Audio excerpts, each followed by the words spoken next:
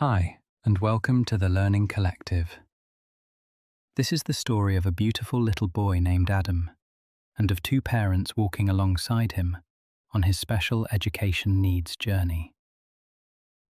If this story resonates with you, or if you'd like to follow Adam's journey as it unfolds, please consider liking this video and subscribing to the channel.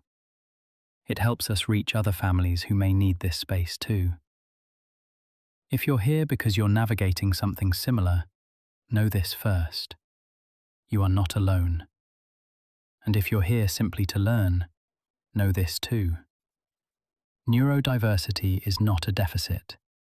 It is the brain's way of experiencing and understanding the world differently. Adam is 3.5 years old. He loves dinosaurs, enjoys solving puzzles, and feels happiest when he's outdoors, moving, exploring, and playing.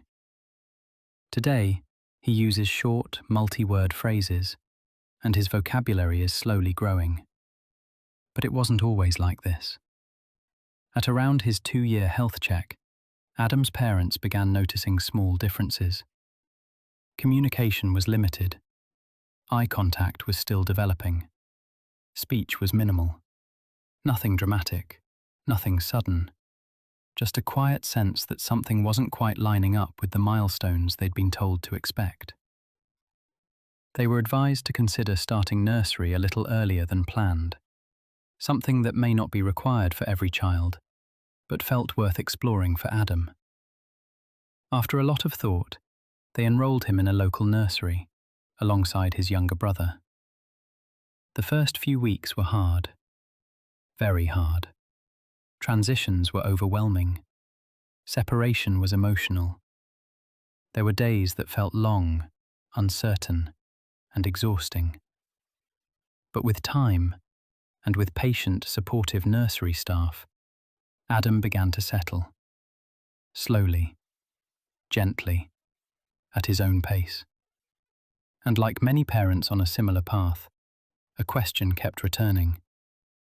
What more can we do to support him? With early intervention in mind, they began simple speech and language support. Nothing intensive, nothing rushed, just consistent, thoughtful steps. At home, everyday life began to change too.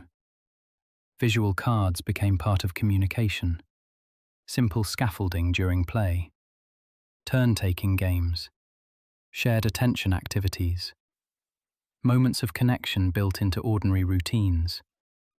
And then, quietly, something shifted.